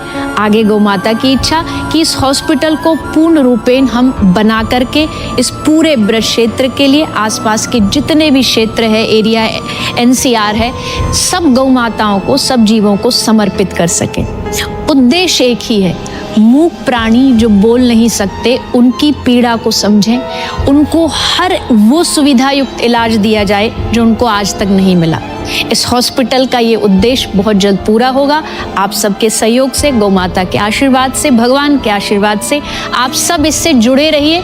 धीरे धीरे आपको अपडेट इसकी मिलती रहेगी। जैसे जैसे कार्य बढ़ेगा आप तक सूचना जरूर पहुंचाई जाएगी। जय गौ माता। साथ ही मैं निवेदन करना चाहूँगा, 23 से 29 नवंबर 2026 पूज्य देवी जी के पावन सानिध्य में ब्रज 84 कोस यात्रा का जो पावन आयोजन है, जो भी भक्तजन, जो भी माताएं बहनें अपने परिवार प्रियजनों के साथ इस 84 कोस यात्रा में सम्मिलित होना चाहते हैं, ब्रज 84 कोस के उन सभी दिव्य तीर्थों का दर्शन करना चाहते हैं पूज्य देवी जी के पावन सानिध्य में, तो तारीख याद रखिएगा 23 से 29 नवंबर 2026, जिसके लिए आपका रजिस्ट्रेशन कराना बहुत आवश्यक है। आप सभी से निवेदन करेंगे, हमारा मुख्य कार्यालय जो कि प्रवेश द्वार के बाजू में स्थापित है, वहाँ पर आप संपर्क करें, विजिट करें और अपना रजिस्ट्रेशन जरूर करा देंगे। या गौ सेवा धाम के नंबर्स आप सेव करके रखें, ताकि जब भी आपके मन में ऐसा पावन संकल्प जागृत हो तो आप अपना रजिस्ट्रेशन करा सकें। इसके लिए नंबर जरूर आप लेकर रखेंगे। साथ ही आप सभी से निवेदन करेंगे, कल और परसों 2 दिन और शेष हैं, जबकि हम इस सभी दिव्य सेवा के महायज्ञ से जुड़े हैं, तो आप सब भी जो शेष रह गए हैं, जिन्होंने अपनी पावन सेवाएं समर्पित की हैं, उनके लिए बहुत बहुत धन्यवाद। लेकिन जो शेष रह गए, मैं उनसे भी निवेदन करूंगा कि आप सब भी गौ सेवा धाम से जुड़ने का और गौ सेवा धाम के पावन सेवा प्रकल्पों में सहभागी बनने का परम सौभाग्य जरूर प्राप्त करेंगे। आइए हम सभी उस दिव्य उत्सव की ओर बढ़ते हुए दोनों हाथ उठा के जयकारा बोलिए, वृंदावन बिहारी लाल की जय। जय श्री कृष्णा, जय गौ माता।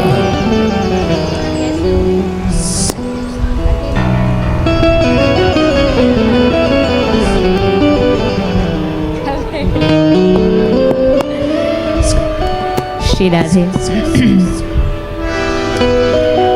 आइए सभी श्रीराज भगवान की शरण में चलेंगे, सभी भाव और आनंद के साथ गाते हुए और मानसिक रूप से भगवान श्री गोवर्धन नाथ की सेवा करते हुए सभी अपने अपने स्थान पर जब हो ही गए तो खड़े ही हो जाओ, सारे ही हो जाओ और आनंद लेते हुए सभी श्री राज जी का उत्सव मनाएं। ओ श्री गोवर्धन महाराज महाराज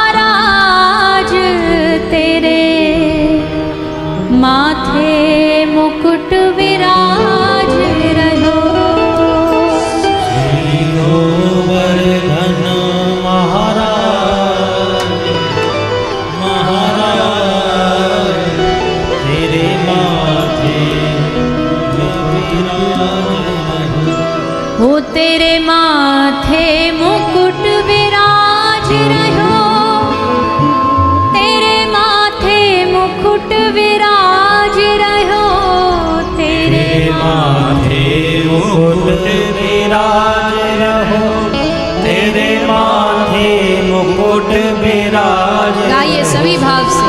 ओ श्री गोवर्धन महाराज, महाराज तेरे माथे मुकुट विराज रहो, श्री गोवर्धन महाराज, महाराज तेरे माथे मुकुट विराज रहो।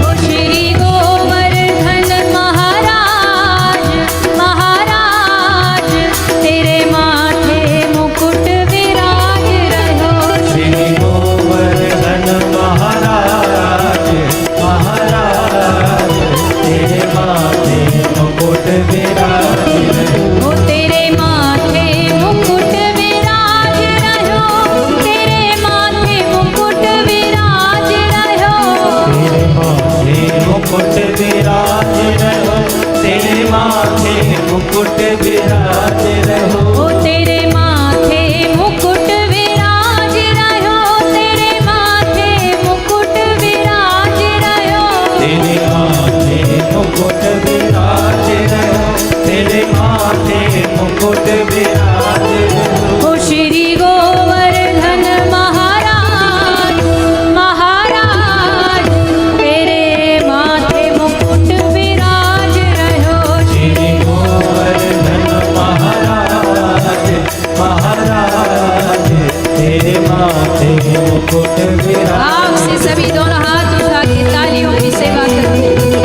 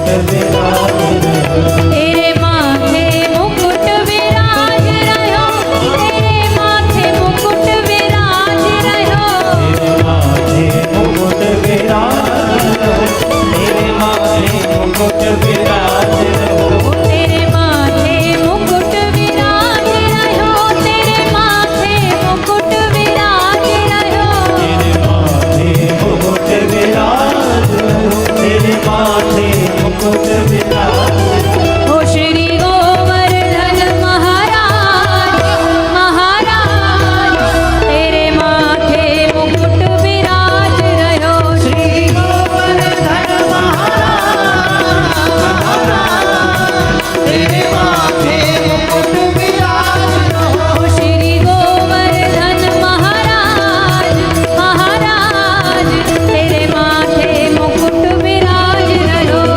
गोवर्धन महाराज महाराज, तेरे माथे मुकुट विराज रहो, ओ श्री गोवर्धन महाराज महाराज, तेरे माथे मुकुट विराज रहो, गोवर्धन महाराज महाराज, तेरे माथे मुकुट विराज रहो, ओ तेरे माथे मुकुट विराज रहो,